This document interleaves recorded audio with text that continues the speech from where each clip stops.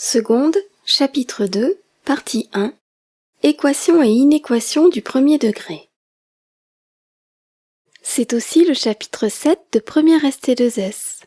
Il s'agit d'une notion déjà étudiée au collège, dès la 4e. Seule la rédaction change. Au niveau lycée, on utilise le symbole équivaut à entre les équations équivalentes ou les inéquations équivalentes, et on indique l'ensemble grand S des solutions à la fin.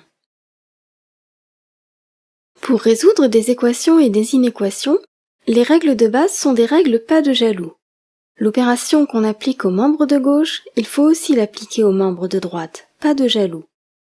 Mais attention, on n'applique pas n'importe quelle opération aux deux membres, et on ne le fait pas n'importe comment. D'abord une petite définition.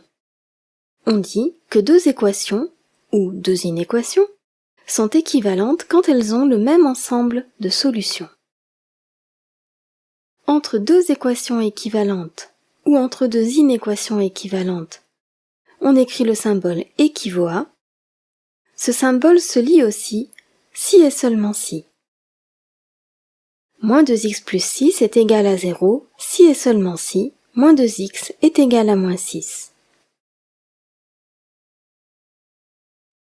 Les opérations suivantes appliquées aux deux membres permettent de passer d'une équation à une équation équivalente.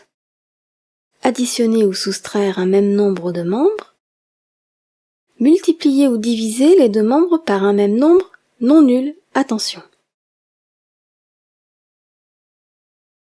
Pour les inéquations, c'est presque la même chose. On peut additionner ou soustraire un même nombre aux deux membres, mais quand on multiplie ou divise les deux membres par un même nombre non nul, il faut faire attention au signe de ce nombre.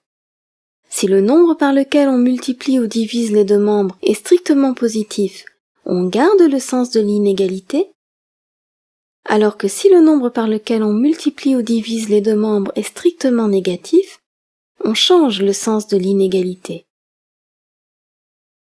Petite illustration à l'aide d'un exemple. Exemple 1.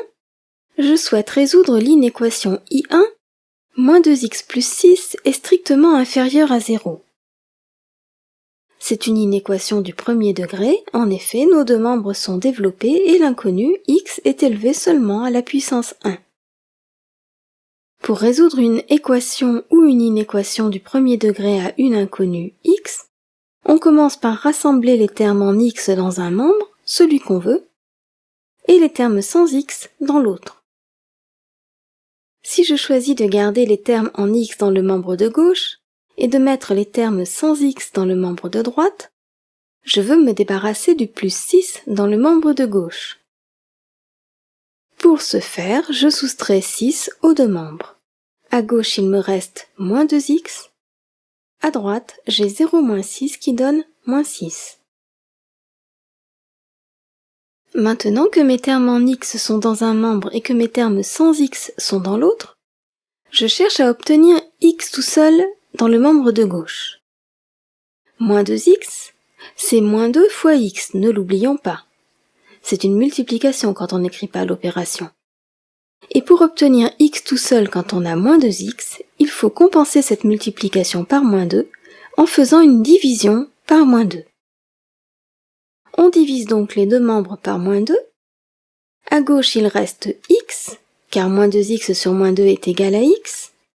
Et à droite, j'ai moins 6 sur moins 2, qui est égal à 3. Mais attention, je viens de diviser les deux membres par un nombre négatif. Or, je suis en train de résoudre une inéquation. Je dois donc changer le sens de l'inégalité. Mon plus petit que devient un plus grand que. On obtient donc x est strictement plus grand que 3. Les solutions de cette inéquation sont les valeurs de x strictement supérieures à 3. L'ensemble grand S des solutions de mon inéquation est donc l'intervalle 3 plus l'infini, ouvert en 3 puisque 3 n'est pas solution.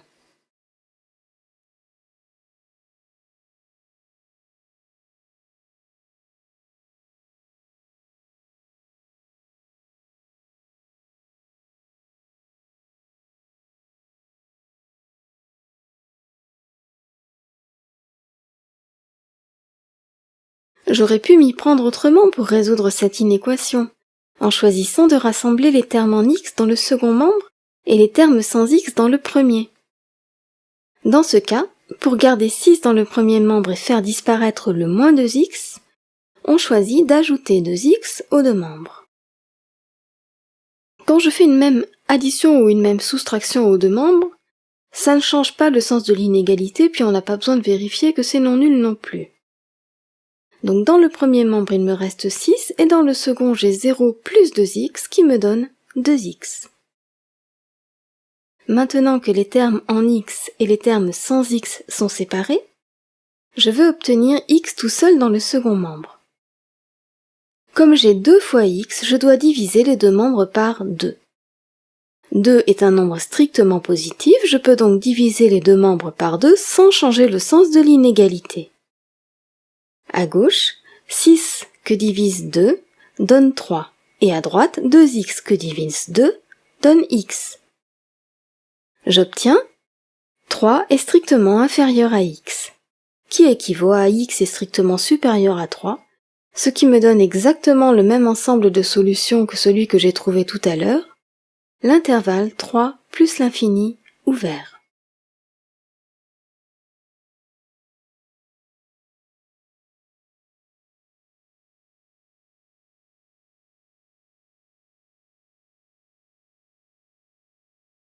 Exemple 2. Résolvons l'équation E2, moins 7x plus 5 égale 3x moins 10. C'est une équation du premier degré. Pour rassembler les termes en x dans le premier membre, on doit donc enlever le 3x du second membre, et pour ça on soustrait 3x aux deux membres. Et en même temps, pour rassembler les termes sans x dans le second membre, donc pour ôter le plus 5 du premier membre, on soustrait 5 aux deux membres. Dans le premier membre, on obtient quoi? En x, on a moins 7x moins 3x qui donne moins 10x, et en termes sans x, on n'a plus rien puisqu'on a soustrait 5. Dans le second membre, je n'ai plus de terme en x puisque 3x moins 3x donne 0. Et en termes sans x, j'ai moins 10 moins 5 qui donne moins 15. J'obtiens l'équation moins 10x égale moins 15. Maintenant, pour obtenir x tout seul, comme j'ai moins 10 fois x à gauche, je dois diviser les deux membres par moins 10. À gauche, j'obtiens x, bien sûr, et à droite, j'obtiens moins 15 sur moins 10, qui est égal à 1,5 ou à 3/2 si vous préférez. En effet, moins 15 sur moins 10 est égal à 15 sur 10 d'après la règle des signes. 15 vaut 3 fois 5, 10 vaut 2 fois 5. En simplifiant par 5, j'obtiens 3/2. L'ensemble des solutions de mon équation est l'ensemble qui contient uniquement le nombre 1,5 ou le nombre 3/2, comme vous préférez l'écrire. Exemple 2 bis. Résolvons l'inéquation I2. Moins 7x plus 5 est supérieur ou égal à 3x moins 10. Je procède exactement comme pour l'équation. Première étape, je soustrais 3x et 5, j'obtiens moins 10x est supérieur ou égal à moins 15, sans changer le sens de l'inégalité parce que j'ai fait une même soustraction aux deux membres. Deuxième étape, je divise par moins 10, et là, je pense à bien changer le sens de l'inégalité, car je divise les deux membres par un nombre strictement négatif, à moins 10. J'obtiens x est inférieur ou égal à 1,5 ou à 3/2 au choix. Et quel est l'ensemble des solutions de mon inéquation?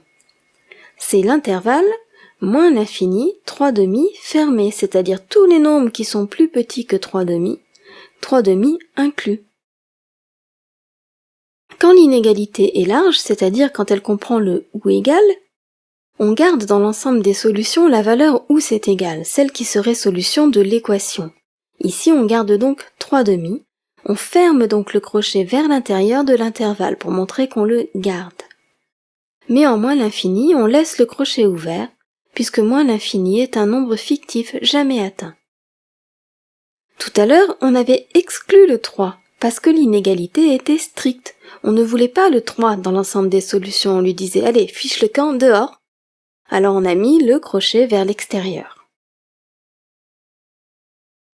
Quand j'étais élève, pour ne pas risquer d'oublier de changer le sens de l'inégalité lorsque je divisais les deux membres par un nombre négatif, je me débrouillais pour rassembler toujours les termes en x dans le membre où leur coefficient serait positif. Par exemple, pour résoudre l'inéquation I2, j'aurais choisi de rassembler les termes en x dans le membre de droite, parce que 3x plus 7x ça donne 10x. Et là, le coefficient de x c'est 10 qui est un nombre positif. Alors j'aurais fait comme ça, première étape, j'ajoute 7x ainsi que 10 aux deux membres. À gauche, il me reste 5 plus 10 qui donne 15, et à droite, 3x plus 7x qui donne 10x. Deuxième étape, je divise les deux membres par 10, j'obtiens à gauche 15 sur 10, et à droite, x. Je n'ai pas eu besoin de changer le sens de l'inégalité. J'obtiens 3 demi est supérieur ou égal à x, ce qui est la même chose que x est inférieur ou égal à 3 demi. J'obtiens toujours le même ensemble de solutions, l'intervalle, moins l'infini 3 demi, fermé en 3 demi.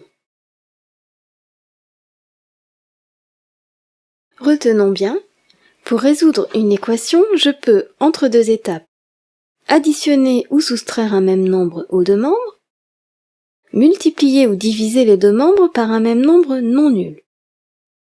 Et pour résoudre une inéquation, c'est-à-dire quand on n'a plus un égal mais un plus grand que ou plus petit que, au sens strict ou au sens large entre les deux membres, on peut, entre deux étapes, additionner ou soustraire un même nombre aux deux membres, multiplier ou diviser les deux membres par un même nombre strictement positif, multiplier ou diviser les deux membres par un même nombre strictement négatif, mais en changeant le sens de l'inégalité.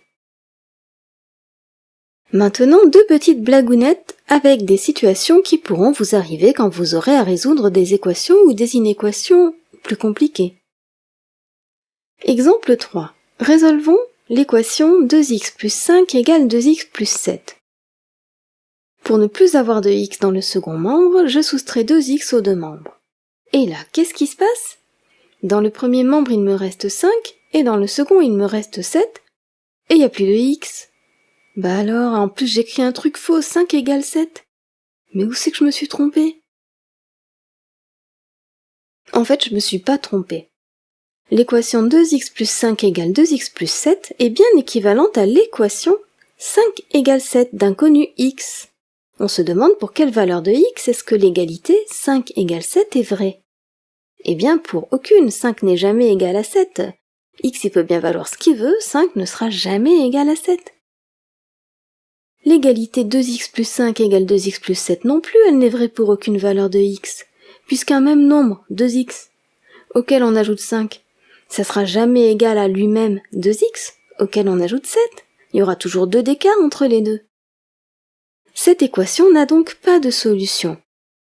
On note grand S égale l'ensemble vide, ce qui signifie l'ensemble des solutions de cette équation est l'ensemble vide, c'est un ensemble sans rien dedans. On pourrait aussi le noter avec des accolades sans rien dedans. En fait, ce n'est pas grave d'écrire une égalité fausse lorsqu'on fait une résolution d'équation, puisque une équation c'est pas une affirmation, on n'est pas en train d'affirmer que 5 égale 7. Une équation c'est une question. Pour quelle valeur de x l'égalité que j'écris est-elle vraie? Ici, pour aucune. Et on a bien résolu notre équation. Même si on n'a pas trouvé de solution. On a bien prouvé qu'il n'y en avait pas. Exemple 3 bis.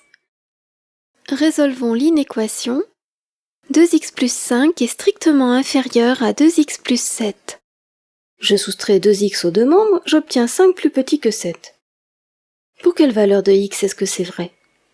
Eh bien c'est toujours vrai, 5 est toujours plus petit que 7, quelle que soit la valeur de x que je choisisse. D'ailleurs, il est toujours vrai que 2x plus 5 est plus petit que 2x plus 7, parce qu'un même nombre auquel j'ajoute 5, ça sera forcément plus petit que ce même nombre auquel j'ajoute 7. Tous les nombres sont donc solutions de cette inéquation. L'ensemble des solutions de cette inéquation, c'est donc l'ensemble des nombres réels, qu'on note avec un grand R avec une double barre. C'est aussi l'intervalle moins l'infini plus l'infini. Remarquons qu'on met toujours des crochets ouverts en l'infini, car il ne s'agit pas de nombres réels mais de nombres fictifs. Moins l'infini et plus l'infini, on ne les atteint jamais.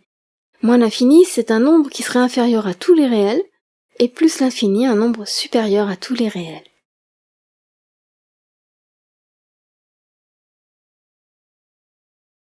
Pour vous entraîner à résoudre des équations du premier degré, sur le site letableunoir.net, à la page des secondes ou à celle des premières ST2S, il y a la fiche d'exercices corrigés qui s'intitule 92 équations simples. Elles sont presque toutes sans difficulté. Et pour vous entraîner à résoudre des inéquations du premier degré, il y a la fiche 58 inéquations du premier degré à résoudre. Au début, il y en a des faciles, mais après il y en a aussi des plus compliquées, même avec des réductions au même dénominateur. Donc c'est pas parce que c'est du premier degré que c'est forcément facile. Alors allez-y, bon entraînement!